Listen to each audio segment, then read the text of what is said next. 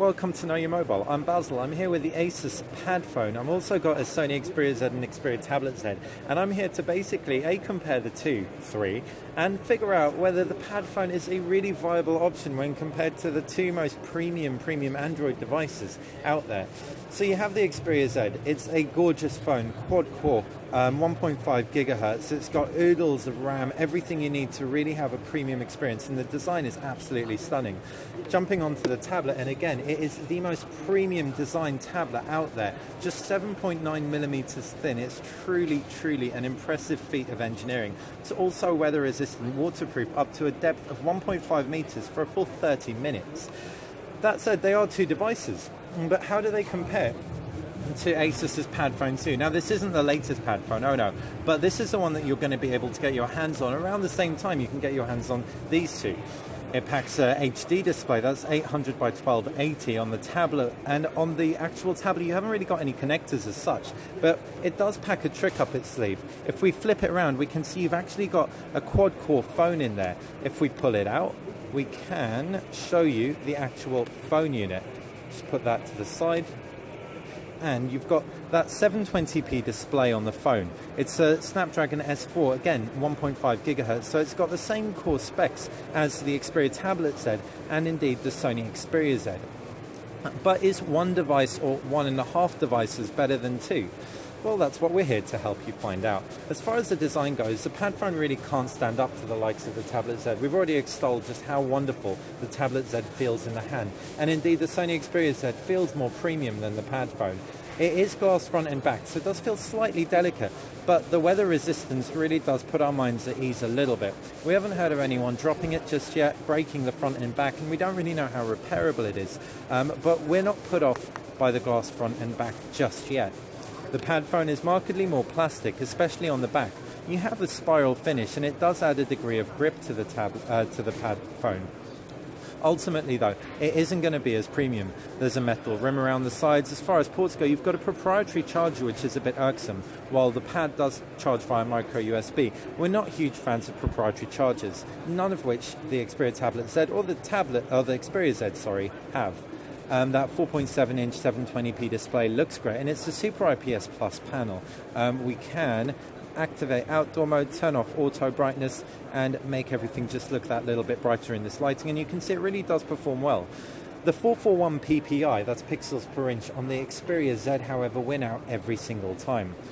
Buttons and ports include a power button and a volume rocker on the right. Up top's a 3.5mm headphone jack and a micro SIM eject tray. On the reverse is actually a Sony-made 13-megapixel sensor. You've also got a flash and a loudspeaker. So putting the Padfone down and taking a look at the Sony Xperia Z, as we said, it's water-resistant. It's also dust-resistant as well. You've got a dock connector and a micro SD card slot on the left side. On the right side, there's also a micro USB port on the left side. On the right side's a micro SIM eject tray.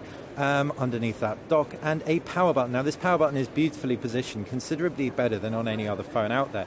It sits perfectly where your middle finger lies in your left hand and where your thumb lies in your right hand. You've also got that volume rocker. Down below, no buttons at all. 3.5mm jack under a flap up top, and a 13-megapixel Sony Xperia RS sensor on the reverse. What makes this camera really stand out is the user interface, that we'll come on to a little bit later. Now, the phone's available in a range of colours. We've got the purple one here. It's available in black and white as well. Moving on to the tablet portion, and you can see, as we said, that gorgeous 7.9mm thinness. You've also got all your ports underneath flaps, and that includes a 3.5mm jack on the left. Down below is a micro SD and a micro SIM card slot. This thing will pack LTE functionality, which is really sweet. You've got stereo speakers at the bottom. Those stereo speakers actually have 4 speaker units, so you're going to get a really nice rounded 3D sound. You've also got a power button and a volume rocker on the left-hand side, and an IR blaster up top. Yet it is a remote control as well. Flipping the tablet round, 8-megapixel Sony Xperia RS sensor, NFC point, Xperia logo, and a gorgeous matte backing. This tablet is considerably lighter and feels fantastic in the hand.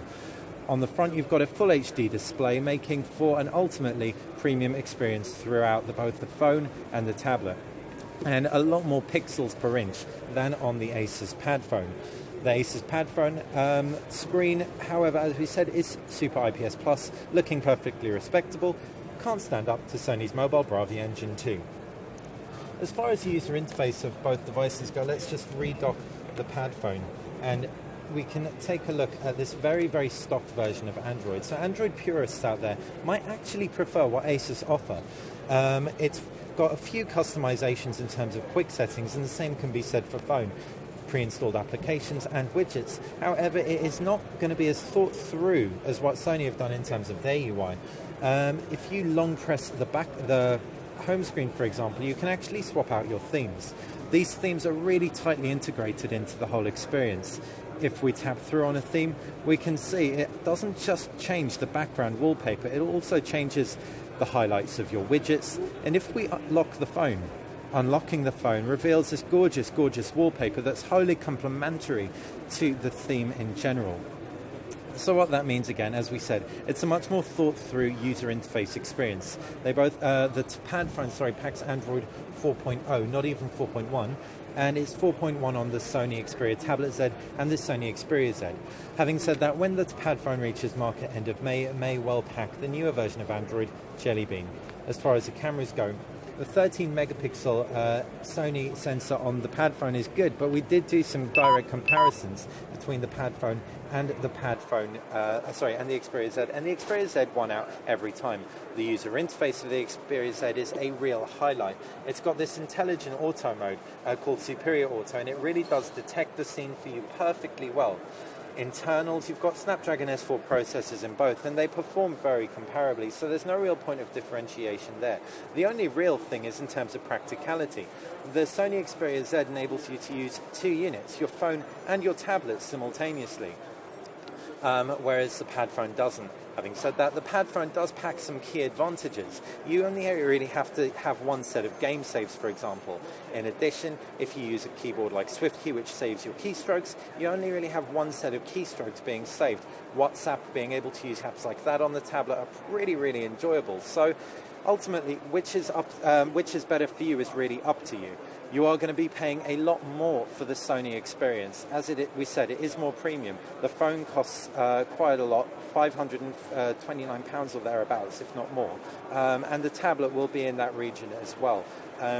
So you're looking at about £1,000 for both of these bits of kit, whereas Padfone comes in at £599. Ultimately, though, 2 processors, 2 lots of waterproof fantasticness, as opposed to 1 unit with a fantastic dose of convergence. This has been Basil at MWC 2013, comparing the Padfone 2 with the Sony Xperia Tablet Z and the Sony Xperia Z. We, as you can tell, love all 3 of these bits of kit.